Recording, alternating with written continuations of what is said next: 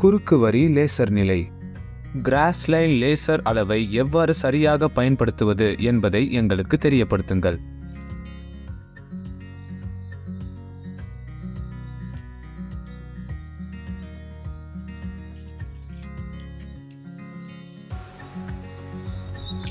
ஓடுகளை இடுவதற்கு இந்த அடையாளத்தை நீங்கள் செய்திருக்கிறீர்களா?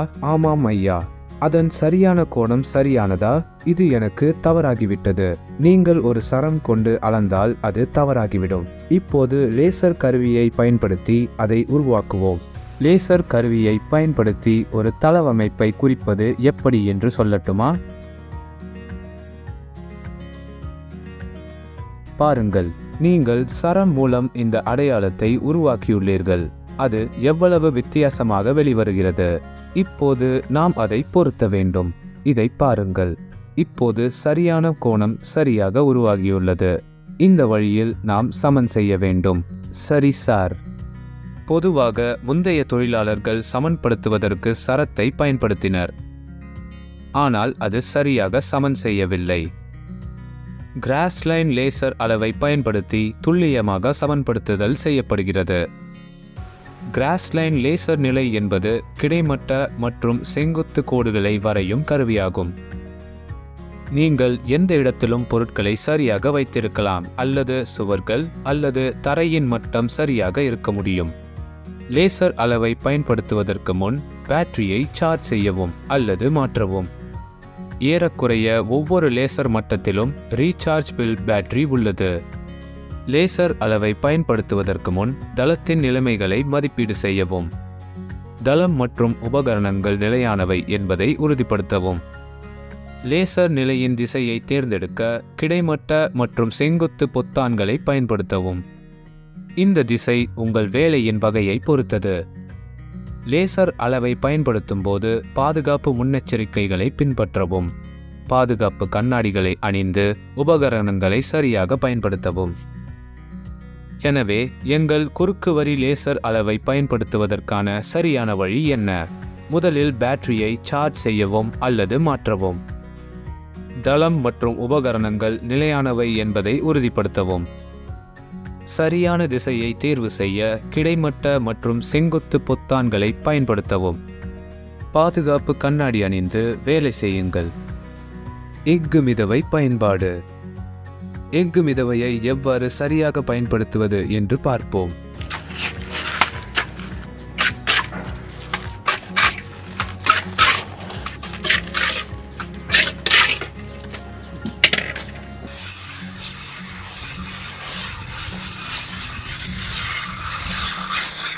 நீங்கள் பிளாஸ்டரிங் செய்கிறீர்களா? இந்த முடித்தல் நடக்கிறதா? ஆமாம் ஐயா. நீங்கள் ஒரு நிலை மாற்றரை பயன்படுத்தியுள்ளீர்கள். இப்போது அதை முடிக்க நீங்கள் அதிகப்படியான சிமெண்டை அகற்ற மர மிதவைக்கு பதிலாக அலுமினிய நேராக விளிம்பை பயன்படுத்த வேண்டும். இதற்கு இப்படி நேர்கோட்டில் தடவி அதிகப்படியான சிமெண்டை தேய்த்து அகற்ற வேண்டும். இப்போது நீங்கள் முயற்சி செய்யுங்கள்.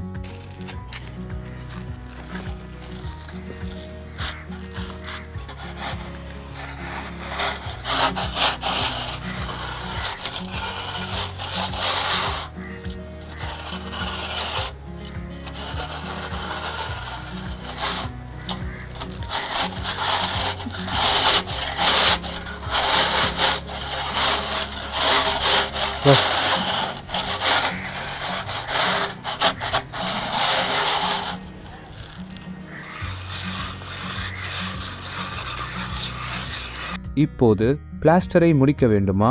ஆமாம் ஐயா. எனவே மர மிதவையால் இது சாத்தியமாகாது. இதற்கு நீங்கள் எஃகு மிதவை பயன்படுத்த வேண்டும். எஃகு மிதவையுடன் இறுதி முடிவை செய்யுங்கள்.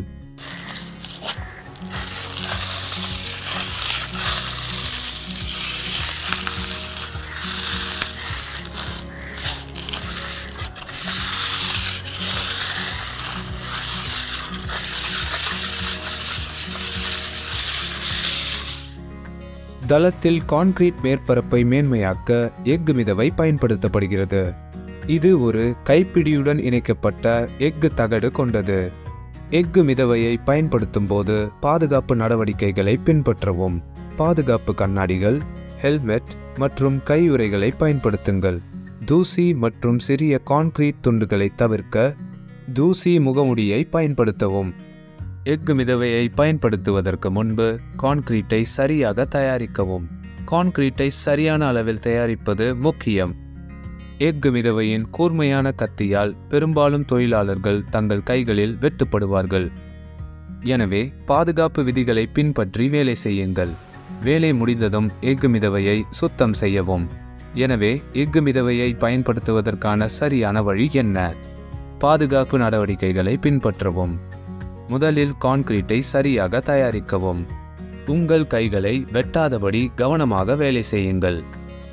வேலை முடிந்ததும் எஃகு மிதவையை சுத்தம் செய்யவும். ஓடு சமன் செய்யும் இடுக்கி பயன்படுத்துதல். டைல் லெவலிங் இடுக்கி அல்லது இடுக்கி எவ்வாறு சரியாக பயன்படுத்துவது என்பதை எங்களுக்கு தெரியப்படுத்துங்கள். ஓடுகளை நிறுவ அதிக நேரம் எடுக்கக்கூடாது. ஒரு ஓடு ஏற்கனவே இங்கே நிறுவப்பட்டுள்ளது. அதன் அளவை நாங்கள் ஏற்கனவே சரி செய்துள்ளோம். இப்போது நாம் ஓடு கிளிப்புகள் பயன்படுத்த வேண்டும். ஒரு டைல் கிளிப்பை இங்கேயும் மற்றொன்றை அந்த பக்கத்திலும் வைக்கவும். அதே போல அதில் ஸ்பேசர்களை வைப்போம்.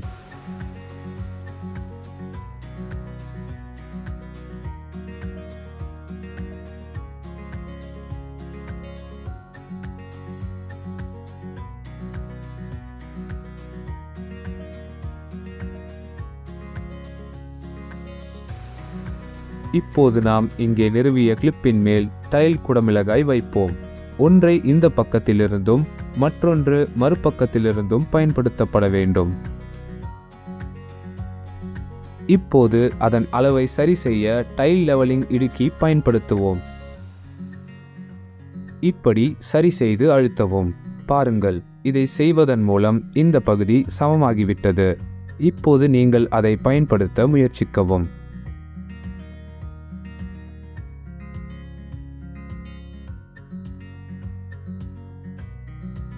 இப்போது உங்கள் ஓடு நிலையாக உள்ளது. இதேபோல் நீங்கள் ஓடுகளில் குடைமிளகாய் மற்றும் கிளிப்களை நிறுவ வேண்டும். ஆனால் ஒன்றை நினைவில் கொள்ள வேண்டும். டைல்களை பதித்த 24 மணி நேரம் கழித்து, அதாவது மறுநாள், கிளிப்களை உடைத்து டைல்ஸில் உள்ள குடைமிளகாயை அகற்ற வேண்டும். பின்னர் ஓடுகளுக்கு இடையே உள்ள இடைவெளியை கூழ் ஏற்றி நிரப்ப வேண்டும். டைல் லெவலிங் இடுக்கி டைல்ஸ் நிலை மற்றும் டைல் நிறுவலின் போது ஒன்றோடொன்று கூட இருக்கும். இந்த இடுக்கி ஓடுகளை சீரமைக்க உதவுகிறது. ஓடு சமன் செய்யும் இடுக்கி பயன்படுத்தும் போது பாதுகாப்பு முன்னெச்சரிக்கைகளை பின்பற்றவும். பாதுகாப்பு கண்ணாடிகள், கையுறைகள் மற்றும் ஹெல்மெட் ஆகியவற்றை பயன்படுத்துங்கள். அதனால் நீங்கள் பாதுகாப்பாக இருக்க வேண்டும். நிறுவல் செயல்முறையை எளிதாக்குவதற்கு ஓடுகளை சுத்தமாகவும் கவனமாகவும் வைக்கவும். ஓடுகளுக்கு இடையில் இடுக்கியை மெதுவாக வைத்து ஓடுகளை சீரமைக்க அவற்றை மெதுவாக அலசவும். இடுக்கியை மெதுவாக இறுக்கி ஓடுகளை நிலையாக பிடிக்கவும். வேலை முடிந்ததும் டைல் லெவலிங் இடுக்கியை நன்றாக சுத்தம் செய்து மற்ற ஓடுகளுக்கு தயார் செய்யவும். எனவே எங்கள் ஓடு சமன் செய்யும் இடுக்கியை பயன்படுத்துவதற்கான சரியான வழி என்ன? பாதுகாப்பு நடவடிக்கைகளை பின்பற்றவும். ஓடுகளை சுத்தமாகவும் கவனமாகவும் வைத்திருங்கள். ஓடுகளுக்கு இடையில் இடுக்கியை மெதுவாக வைக்கவும். நீங்கள் முடித்த பிறகு டைல் லெவலிங் இடுக்கியை சுத்தம் செய்யவும்.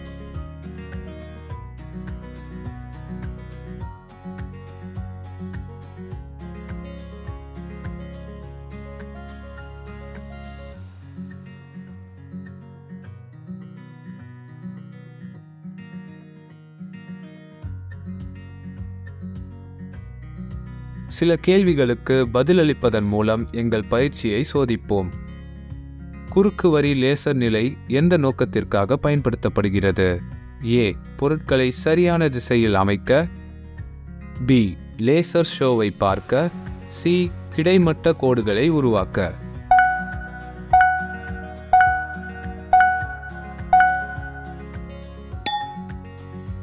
குறுக்கு வரி லேசர் அளவை பயன்படுத்துவதற்கு முன் என்ன மதிப்பீடு அவசியம்? ஏ. சக்தியின் மதிப்பீடு. பி. நீரின் மதிப்பீடு. சி. நிலப்பரப்பு மதிப்பீடு.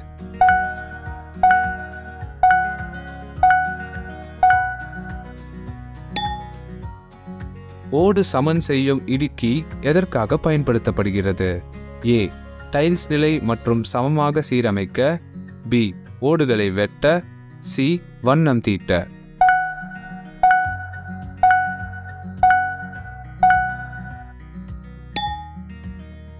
எஃகு மிதவையை பயன்படுத்தும் போது என்ன பாதுகாப்பு நடவடிக்கைகள் எடுக்க வேண்டும்? ஏ. ஆம். பி. இல்லை.